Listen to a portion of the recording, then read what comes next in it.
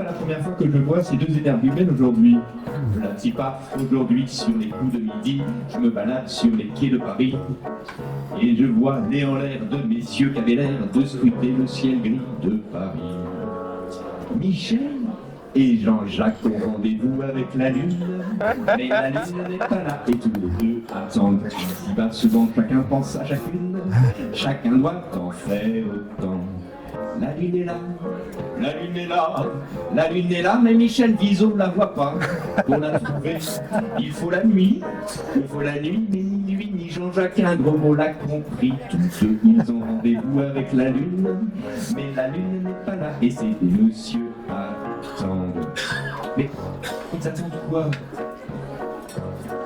Ils attendaient d'être là ce soir. Vous savez déjà presque tout de moi, si ce n'est que j'ai été atteint d'une maladie incurable qui s'appelle la limite d'âge.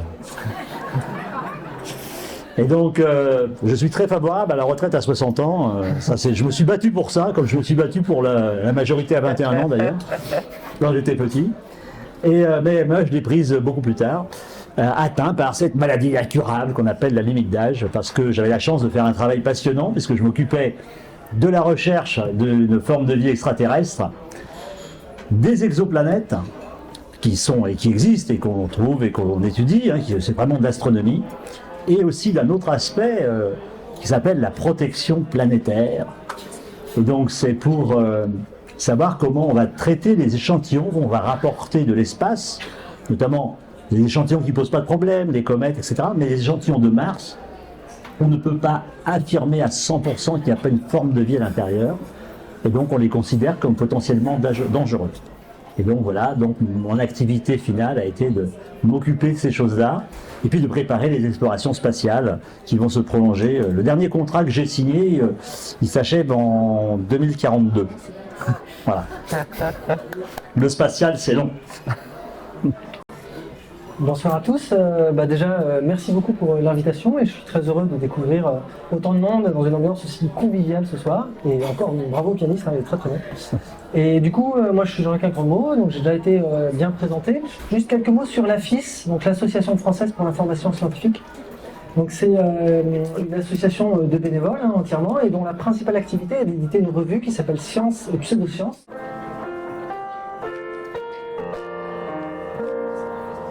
Les lois de la gravitation, tout le monde est d'accord pour dire qu'elles sont universelles, quand elles ne sont pas perturbées par les lois d'interaction fortes et faibles, qui sont encore un autre problème, mais elles existent. Donc effectivement, quand on se rapproche ou qu'on s'éloigne de la Lune, ça a un effet sur nos atomes. Ça a un effet sur nos cristaux, sur ce dont on est constitué. Mais cet effet, si on le calcule, et on peut le calculer, il est inférieur à la modification est inférieure à une distance intra-atomique. Je veux dire, c'est inexistant, c'est immesurable. Donc, et si je danse la valse, l'effet centrifuge de la valse que je danse va être supérieur à tous les effets possibles que pourrait avoir la Lune. Parce qu'un coup, je l'aurai dans le dos, un coup, je l'aurai de face, un coup sur le côté, un coup de l'autre côté. Et pour peu que la valse soit vraiment très très longue, je vais en avoir des changements. Et ma force centrifuge, elle n'aura rien de commun. Elle sera des millions de fois, peut-être des milliards de fois supérieure à n'importe quelle accélération provoquée par la Lune. Donc, je crois qu'il faut voir. Je ne peux pas dire qu'il n'y a pas d'effet de la Lune sur le plan physique. Les lois d'attraction, elles sont universelles. Ça, c'est la définition même de l'univers. C'est les lois d'attraction s'appliquent partout. Ça, tout le monde est d'accord là-dessus. Maintenant, sur le plan physiologique, sur le plan physique autant que physique d'un organisme vivant, il ne peut pas y avoir d'effet parce que ces effets induits sont négligeables par rapport à la simple turbulence liée à la turbulence de l'air, au transfert de chaleur, à la convection, ce qui fait que la chaleur, la chaleur monte, enfin l'air chaud monte et l'air froid descend, c'est ce qu'on appelle la convection. Dans nos cellules, c'est pareil, à des échelles microscopiques. Mais c'est des milliards de fois plus que l'effet direct de la gravitation sur les cellules. Et donc, à moins d'y voir un effet magique, et ça, moi, je ne sais pas démontrer, scientifiquement, je ne peux pas démontrer la magie, pas le prestidigitateur, mais la vraie magie, qui n'existe pas, parce que c'est défier les lois physiques, à part un effet magique que l'on ne connaîtrait pas. Je ne veux pas dire, en tout cas, on ne voit pas comment cela pourrait agir. Avec ce que l'on connaît aujourd'hui, avec les observations que l'on est capable de faire aujourd'hui, on ne comprend pas comment cela pourrait avoir un effet. Et quand on regarde statistiquement les faits, ou quand on essaye de faire des mesures précises, aussi précises qu'on peut le faire aujourd'hui, on ne voit pas d'effet. Comment ça se passe au pôle Nord ou au pôle Sud, où on a des fois une nuit pendant 6 mois et un jour pendant 6 mois. Donc ça change effectivement absolument tout vis-à-vis du Soleil. Par contre, vis-à-vis de la Lune, pour moi ça change rien. C'est-à-dire que comme la Lune ne dépend que de la position relative de la Terre, enfin des phases de la Lune on va dire, c'est que de la position relative de la Terre et du Soleil, les phases de la Lune sont les mêmes quand on est là-haut. Par contre c'est sûr que la durée du jour et le ressenti sur on va dire l'absence de soleil ou la présence du soleil a un impact beaucoup plus fort sur ces écosystèmes-là que les phases de la Lune. Après, j'ai pas vu de publication particulièrement là-dessus. Effectivement aussi une croyance qui est très répandue, qu'il y a en tout cas, c'est une remarque qui est faite très souvent, qu'il y a une synchronicité entre la durée du cycle menstruel des femmes et le cycle lunaire. Alors, quand on regarde, si on élargit un petit peu plus, si on s'intéresse par exemple aux grands singes, on se rend compte que les durées des cycles menstruels sont très variables et il y a un certain nombre de grands singes qui ont des cycles très différents du cycle lunaire. Donc bon, déjà ça incite un petit peu de prudence. Et ensuite, du coup, il y a eu des études qui ont été faites, et notamment, j'ai cité la publication dans Science Advance là, sur l'impact sur le sommeil de janvier 2021. Avec cette publication, il y avait une autre publication qui disait « Ah là là, on a étudié le cycle de 22 femmes pendant plusieurs années et on a trouvé une forte synchronicité en fonction des cycles menstruels. » Donc cette publication, elle a été étudiée en détail par une amie à moi qui s'appelle Yael Nazé, qui est astrophysicienne en Belgique. Et en fait, le premier truc qu'on regarde, c'est que si on regarde les données de la publication et pas juste la conclusion, sur les 22 femmes, il y en a 10 qui ne sont jamais synchronisées avec la Lune. Donc il y en a la moitié qui déjà ne sont jamais synchronisées. Et sur celles qui restent, il y en a qui des fois sont synchronisées avec la pleine lune, des fois, et puis qui quelques mois après sont synchronisées avec la nouvelle lune, et ça change beaucoup, et puis c'est extrêmement variable, et en fait quand on regarde les données, c'est tout à fait compatible du hasard. Et ce qui est intéressant, c'est que dans cette publication, qui à mon sens n'aurait jamais dû être acceptée, ils disent « Ah, mais il faudrait compléter l'analyse avec typiquement les applications smartphone qui enregistrent les règles des femmes. » Il y a beaucoup de femmes qui utilisent ces applications-là. Et du coup, il y a l'application Clou qui a fait justement des études statistiques sur les millions d'enregistrements qu'elle avait dans sa base de données et qui... Allez, je laisse deviner. N'a trouvé aucun. N'a mesuré aucun effet des règles en fonction des phases lunaires. Le sens du trompe, c'est insensé. Si l'éléphant avec sa trompe sent quelque chose, il peut se tromper. Si le tatoué ou pas, s'approche de toi et touche ton bras, il croit te toucher, mais c'est tout. Quand le gnou goûte, il croit goûter, mais quand tu ouvres tes grandes yeux, tu me mets la tête à l'envers. Il y a un dicton qui est très célèbre, qui est qu'il y a un changement de météo à la nouvelle lune, ce qui est absolument impossible par définition, parce que la nouvelle lune se produit partout sur la Terre en même temps, et du coup ça voudrait dire qu'il y a un changement de météo partout sur la Terre en même temps à la nouvelle lune, ce qui n'est absolument pas compatible avec toutes nos connaissances météorologiques. Donc ce dicton-là est clairement faux. Après, il y a eu des études sur le sujet et il y a des chercheurs qui ont prétendu effectivement voir un effet faible mais mesurable sur les pluies tropicales en fonction des marées et qu'ils interprétaient comme étant liés aux marées.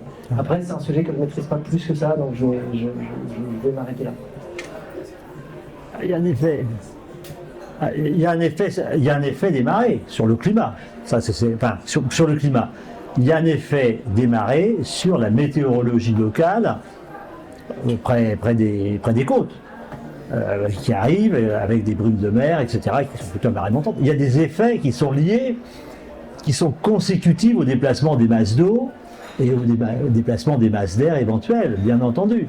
Il y a des synchronisations qui peuvent se faire de ce côté-là.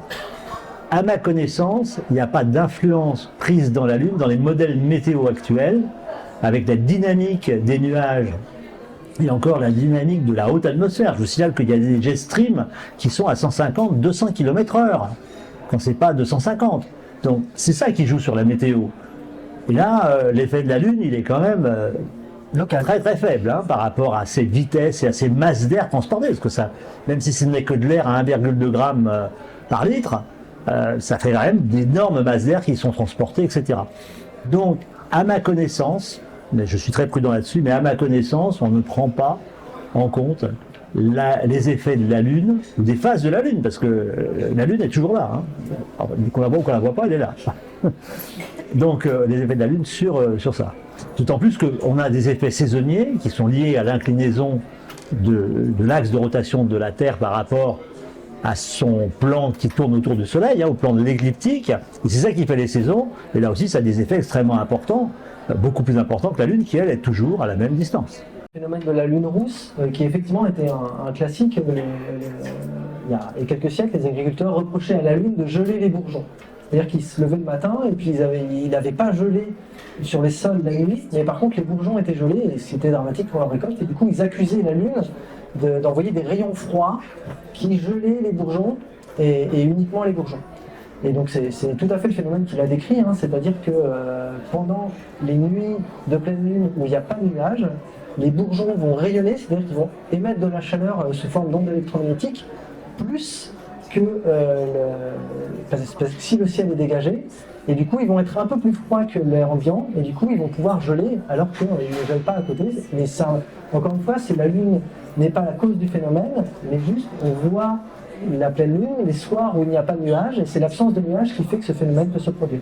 Dans les livres qui parlent de l'influence de la Lune, souvent on décompose en deux catégories. Il y a les effets présumés qui ne sont pas observés, qui sont faux entre guillemets, donc ceux dont je vous ai parlé, et il y a souvent une petite catégorie où quelquefois les effets de la Lune sont avérés. Et donc c'était un effet, cet exemple-là est souvent cité dans le sens où la Lune n'y est pour rien, mais il y a un effet physique réel, et c'est juste qu'on voit la Lune quand elle n'est pas là. Un autre effet ici qui était associé à ça, qui est dans la même catégorie, c'est ce qu'on appelait la Lune blanchit le linge. Il y avait une croyance aussi très répandue comme quoi la Lune permettait de blanchir le linge et qu'elle avait un pouvoir pour blanchir le linge plus que le Soleil, alors que je rappelle qu'elle émet la même lumière, elle ne fait que la réfléchir et de façon beaucoup moins importante.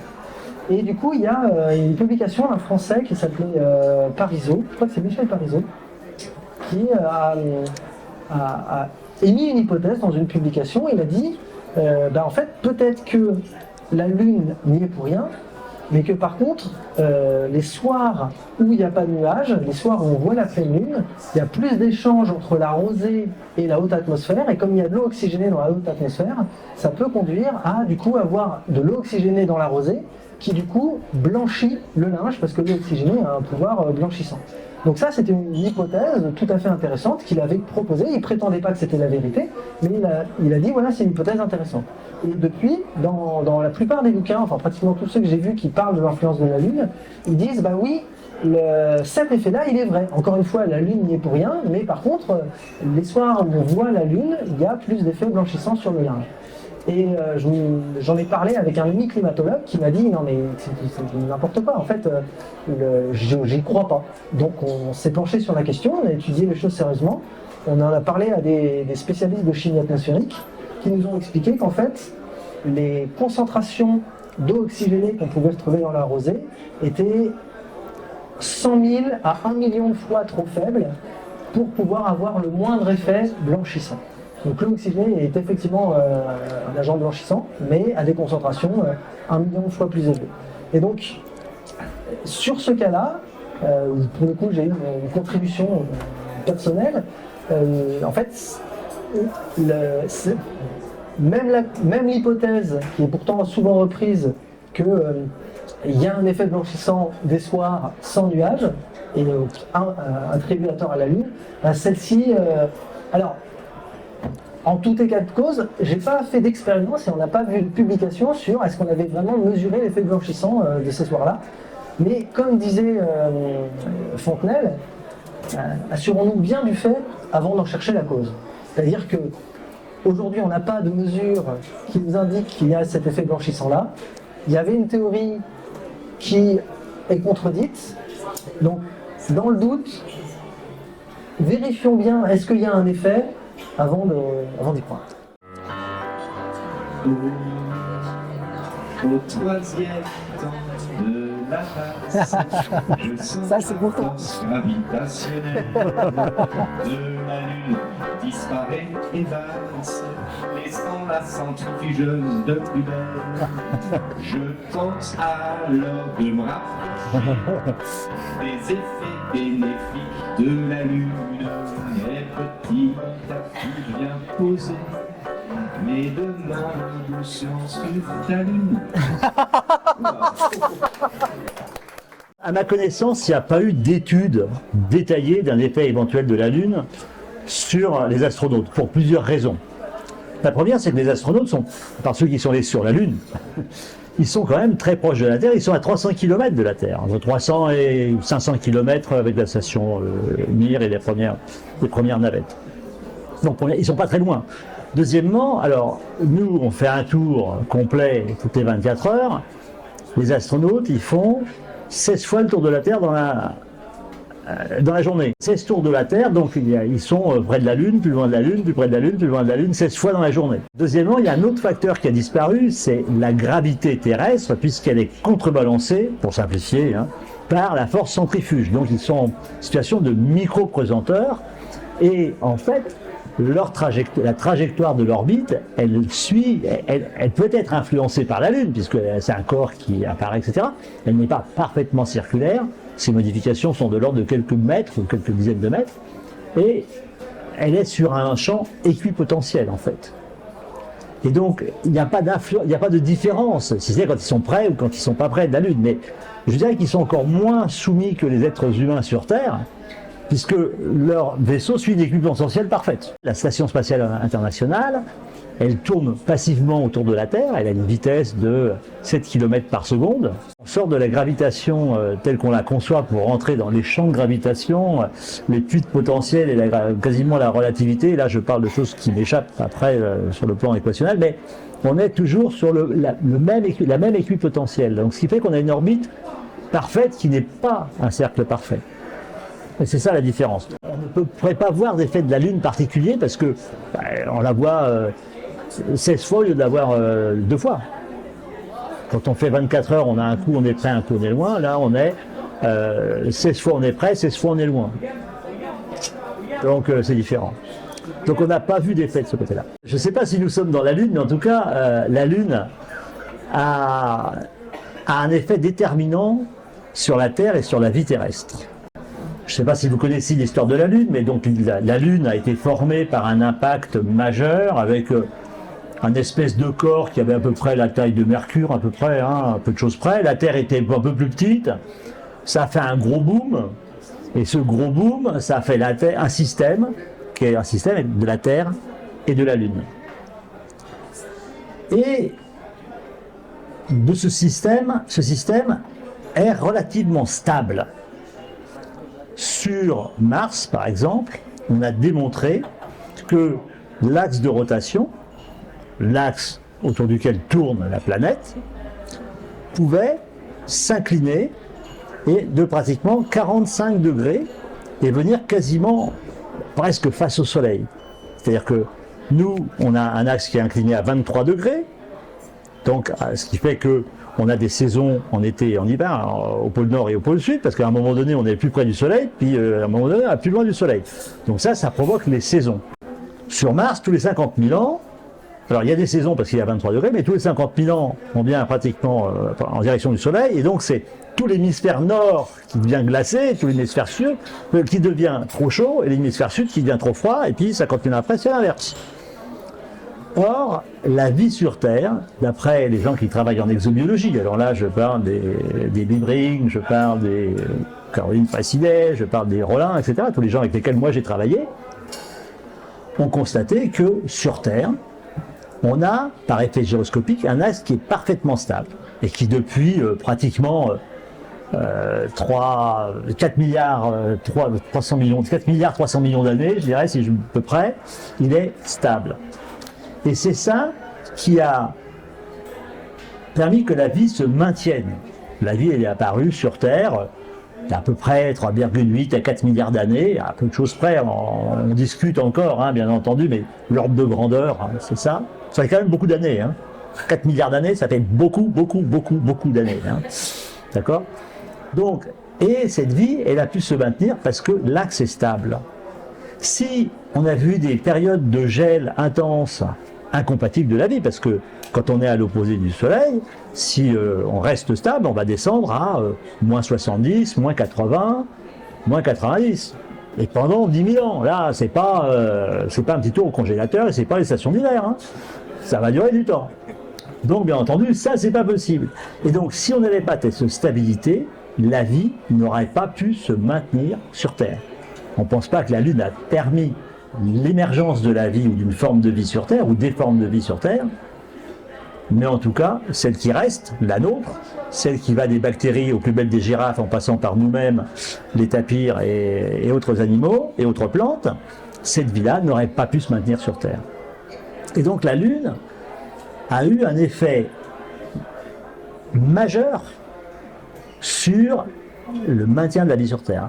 Et là, mon ami Jean-Pierre Bibring, qui est un astrophysicien, qui a beaucoup étudié Mars, et qui a beaucoup étudié la Lune aussi, il a fait un bouquin sur pourquoi la Terre est unique, et sommes-nous seuls, et si la Terre était unique, parce que on pense que cette configuration exceptionnelle de la Terre et de la Lune, avec des masses importantes des deux côtés, mais pas si différentes que ça, enfin pas si différentes que ça, elles sont quand même différentes, mais bon, c'est pas 1 million de fois, eh bien, c'est fondamental et on n'est pas sûr que ce genre de configuration puisse se retrouver dans les planètes que l'on connaît, au moins autour de chez nous.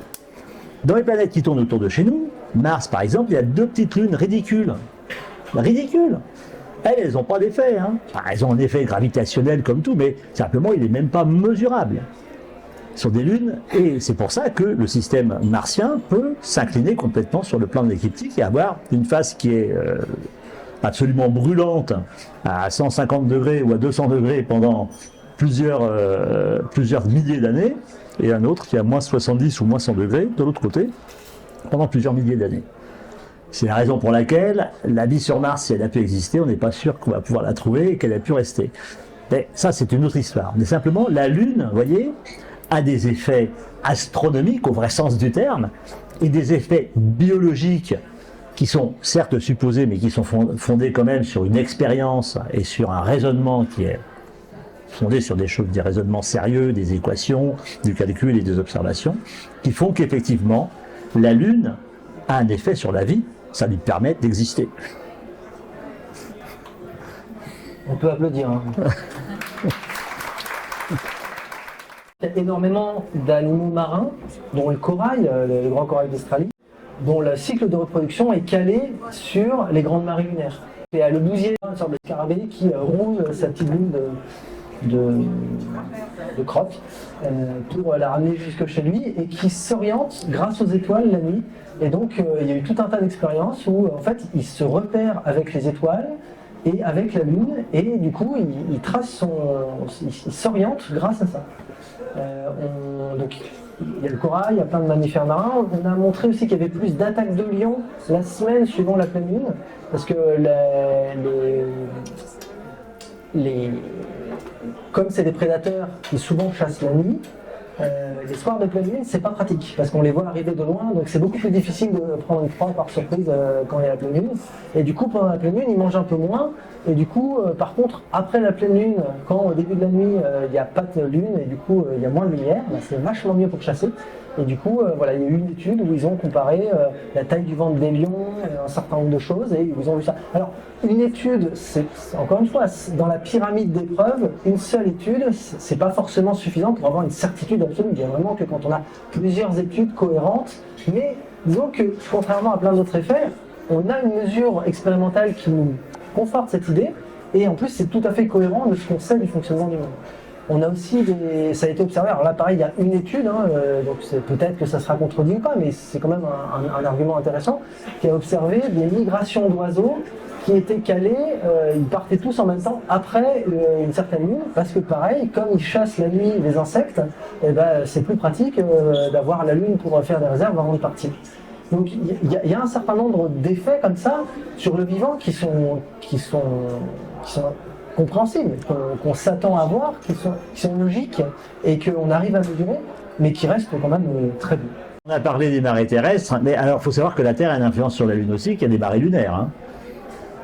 Des marées telluriques, des marées du même ordre de grandeur, enfin du même ordre, qui ont la même cause, hein, puisque si la Lune attire la Terre, la Terre attire la Lune aussi.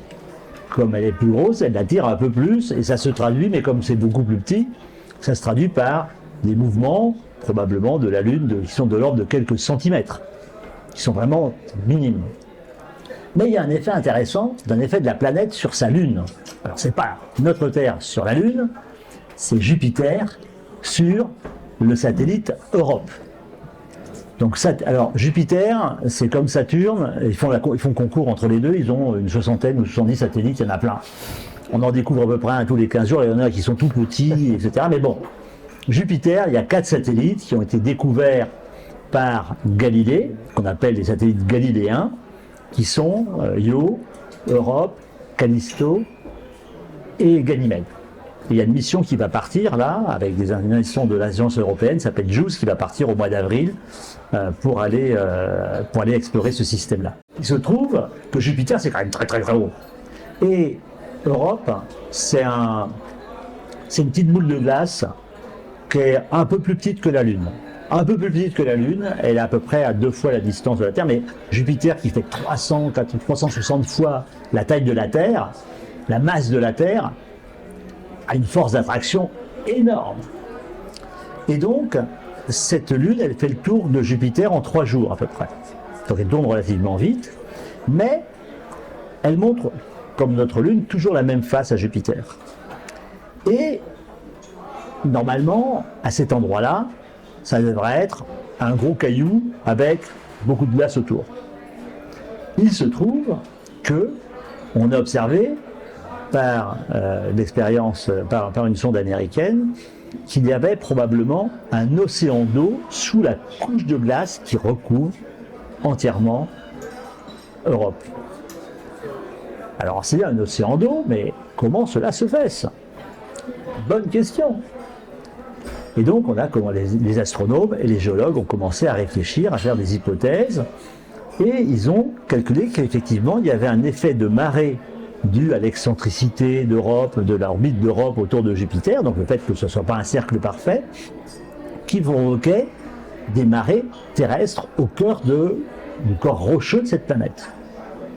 Et ce corps rocheux de la planète, il se dilate et il se rétrécit petit à petit, mais en 3 jours c'est beaucoup plus que la Lune, donc c'est très fréquent. Et c'est comme quand on prend un trombone, vous savez, quand on prend un trombone et qu'on le plie plusieurs fois, ça chauffe, par effet de frottement. Les molécules entre elles frottent, et à la fin ça se casse, mais ça chauffe. Et bien sur Terre, sur Europe, c'est pareil, ça provoque de la chaleur. Et cette chaleur, elle est suffisante et suffisamment importante pour qu'il y ait ce qu'on appelle des phénomènes hydrothermaux, pour simplifier, une sorte de volcanisme au fond de l'océan, qui est maintenu sous forme d'océan à cause de la chaleur provoquée par cet effet de marée. Alors bien entendu, quand on s'éloigne du centre, la chaleur diminue et il reste 100 km de glace au-dessus. Alors, donc on a une planète qui avec un corps rocheux important, un océan qui va faire une 50aine ou une 100aine de kilomètres, et au-dessus, une couche de glace qui fait entre 10 et 100 km. Alors il y a encore des discussions pour savoir exactement combien ça fait, juste pour y penser. Donc ça, c'est un effet de la planète sur sa Lune. Alors quand il y a de l'eau, les exobiologistes frétillent. Ah, ils sont contents. Ah, il y a de l'eau, s'il y a de l'eau, il y a de la vie. Ah, peut-être pas si simple que ça quand même. Donc il y a de l'eau. Moi, je connais des exobiologistes qui sont prêts à creuser un trou pour aller regarder les sirènes. Il n'y a pas de problème. On en est quand même assez loin, mais il n'empêche que ça permet de comprendre un certain nombre de phénomènes. Bon, voilà. quand on fait de l'astronomie et de la science astronomique, on fait de l'exobiologie ou de la planétologie. C'est un phénomène qui est passionnant. Et quand on fait de la chimie ou de la cosmochimie, donc de la recherche de la chimie de ce qui se passe dans le cosmos, au dehors de ce qui se passe dans nos laboratoires, eh bien là aussi c'est quelque chose de passionnant qui ouvre des perspectives. Alors on n'en est pas, Juice ne va pas aller creuser pour aller voir s'il y a des sirènes dessous, mais simplement essayer de comprendre ce qui se passe. Et une deuxième preuve de l'effet de ces marées, c'est qu'il y a des marées aussi sur l'océan et sur la glace qu'il y a au-dessus, et donc c'est pour ça que la glace d'Europe est extrêmement craquelée, et qu'on voit des grands traits, et les gens sont capables d'expliquer, les scientifiques qui travaillent le sujet, sont capables d'expliquer comment ça peut se passer et pourquoi il y a ces grandes crevasses qui apparaissent. Donc vous voyez, les effets d'attraction dont on parle quand on parle de ce genre de choses sont extrêmement importants, bien entendu, et ils ont des effets surprenants, aussi bien sur la vie sur Terre que sur la physico-chimie de certains corps célestes. Dis-nous, Michel, pourquoi la Lune nous montre toujours la même face? Ah, c'est une bonne question. Alors pourquoi la Lune montre toujours la même face? C'est quand même un physicien qui pose la question à un vétérinaire. Hein. Alors quand je danse la valse, je sais pourquoi je montre toujours la même face à la personne qui me regarde. D'accord? C'est un peu pareil en fait. C'est un peu pareil. C'est que les masses elles sont à la fois suffisamment différentes pour que la masse de la Lune est suffisamment faible, je dirais, et elle a probablement un intérieur qui est légèrement hétérogène, ou qui est devenu légèrement hétérogène quand elle s'est formée, qui fait que, à un moment donné, progressivement, elle a arrêté de tourner sur elle-même, et elle s'est stabilisée, et elle montre toujours la même face, au moins dans la période historique. Il y a une face qui est plus lourde que l'autre. Il y a une face qui est plus lourde que l'autre, et donc elle montre toujours, ça la ralentit, hein, c'est comme quand on a quelque chose d'irrégulier, hein, si à un moment donné il se stabilise, et quand on a une masse mal répartie qui tombe sur elle-même, à un moment donné elle se stabilise, si on ne met pas d'énergie, elle va se stabiliser, à un moment donné elle va s'arrêter, ça va ralentir par cet effet de balourd. Donc cet effet de balourd, sur la Lune, ça lui est arrivé, et là, des faces qui sont totalement différentes. La découverte de la face cachée par la sonde Luna 1 ou 2, je ne me rappelle plus, Luna 1, a été une révélation en montrant que la face qu'on voit tout le temps, elle est pleine de trous, alors que l'autre, il y a des trous, mais ce n'est pas les mêmes. Il y en a un peu moins. Alors qu'il n'y a pas de raison particulière. Donc, ces deux faces sont différentes, et donc la Lune nous montre toujours la même face. C'est-à-dire qu'elle fait un tour, alors ça c'est difficile à expliquer, elle fait un tour sur elle-même, quand elle a fait un tour de la Terre. Alors, dans un livre que j'ai coécrit avec Sylvie Bossier, j'explique le jeu de la Lune et on peut montrer que ça marche. Et qu'effectivement, quand on fait un tour complet, on arrive à voir toujours la même face. Et donc, elle a fait un tour complet en faisant un tour de la Terre. Et donc voilà, donc la Lune, elle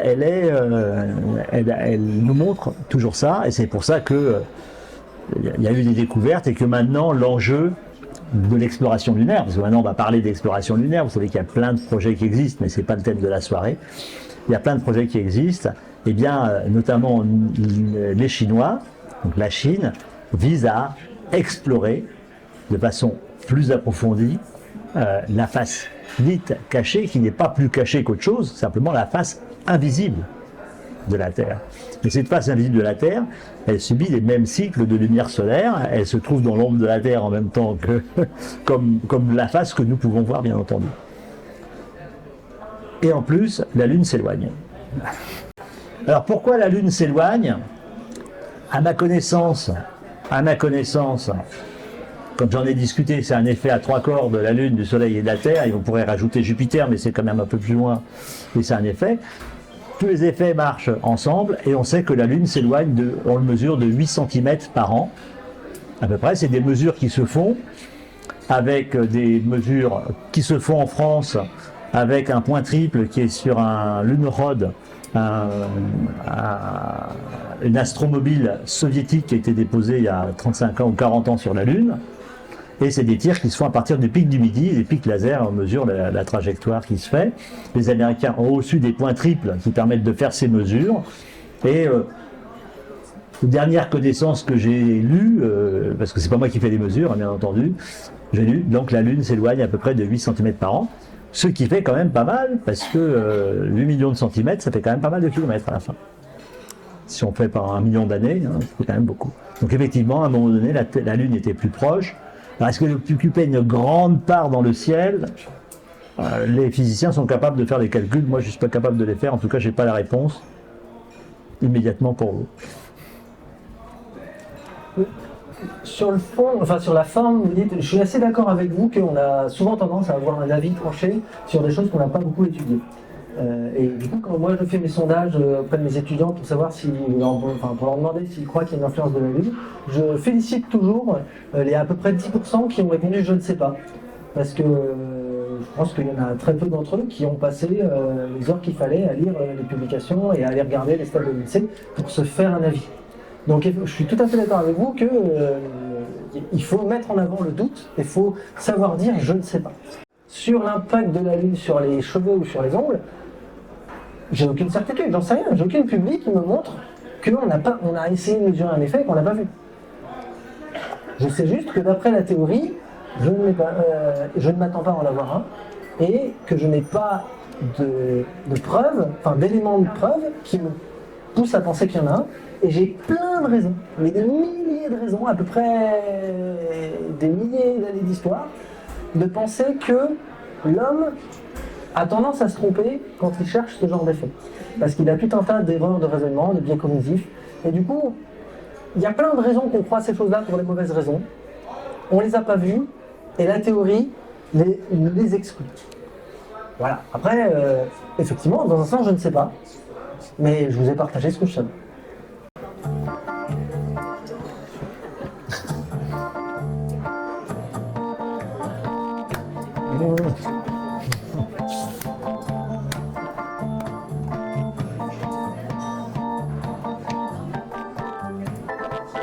Moi j'étais amoureux d'Aurélie.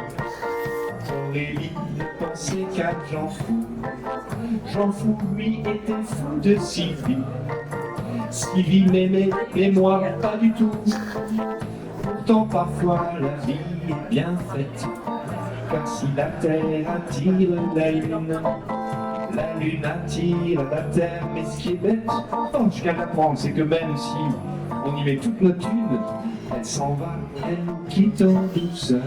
8 cm par an, c'est concret. Mais j'ai quand même un peu mal au cœur de voir notre compagnon nous quitter. Je dis souvent que le plus important, c'est pas de savoir s'il y a un effet, c'est de combien il est. Parce que typiquement, pour savoir si ma femme allait accoucher au début ou fin du mois, s'il y a un effet de la lune, il est trop faible pour que ça me serve à quelque chose. Au bas des sciences, chacun nourrit sa pensée, et chacun nourrit sa pensée.